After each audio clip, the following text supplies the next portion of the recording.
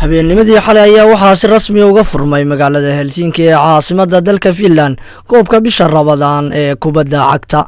Koobkan ayaa sanad walba waxaa soo qabanqaabiya ururka Sombet.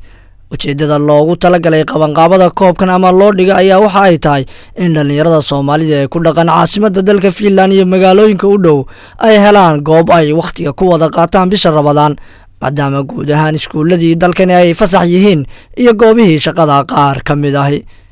koobkan ayaa furitaankiisii habeennimadii xalay ahayd waxaa ka soo qayb galay bulshada qaybaheeda kala duwan. Furitaankii xafladana waxaa bilaabay hadalka gudoomiyaha ururka Sombet Aweys Axmed. hadaladiisina waxaa ka mid ahaa horta marka hore waxaan aad iyo aad u soo dhaweynayaa martida nooga timid Soomaaliya si qaasa kadibna waxaan leeyahay sanad koobkii sanadlaha ee Ramadaanka la qaban jiray oo maanta noo bilaabanayo oo ka soo qayb galayaan iyadana waxaa Ilaahay ka baryaa sida loogu talagalay inuu noogu dhamaado. dadka martida ay nala joogana waxaan ku soo dhaweynayaa wadanka Finland. waxaan leeyahay ku soo dhawaada walow ayaga hadalka iga sii dambeyn doonaan. waxaan rajaynayaa in martaqaana adinkana nala qayb qaadataan noona furtaan koobka hadduu Ilaahay idmo. dhanka kale marti sharaftii lagu casuumay furitaanka xafladda ayaa hadaladii ay goobtaasi ka jeediyeen waxa ay u dhaceen sida tan. bismillaahi raxmaani raxiim. dhammaan mas'uuliyiinta kala duwan ee halkan joogta iyo dadka Soomaaliyeed ee reer Finland dhammaantiin salaamu calaykum waraxmatullaahi wabarakaatu.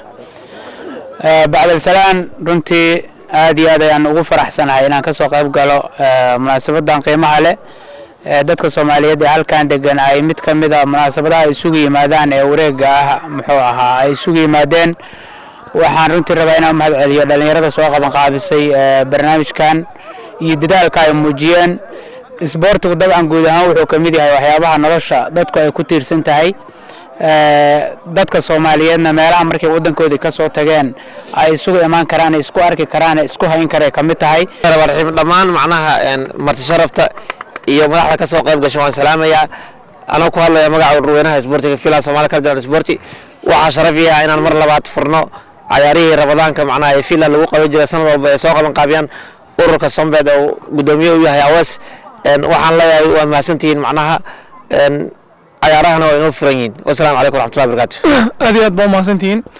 bismillaah wasalaatu wasalaamu calaa ashrafil mursaliin amaa bacd. horta ilaahay mahad iskale oo fadhigan isku keenay. waxaan filayaa koobkan inuu yahay kii labaad oo Ramadaanta loogu talagalay. anigu waxaan ka socdaa xisbiga Arkobe ama xisbiga Ruotin Kansanpole loo yaqaano. يعني qayb weyn baan ka qaadanay inuu koobkan dhaco oo maanta ururada isboortiga ka mid tahay liikuka ay ka soo qayb qaadatay. walaalkeen Aweysna hawshanna aad iyo aad baan uga mahad celinaynaa. walaalaha kale oo ka soo qayb qaatana aad iyo aad baan uga mahad celinayaa.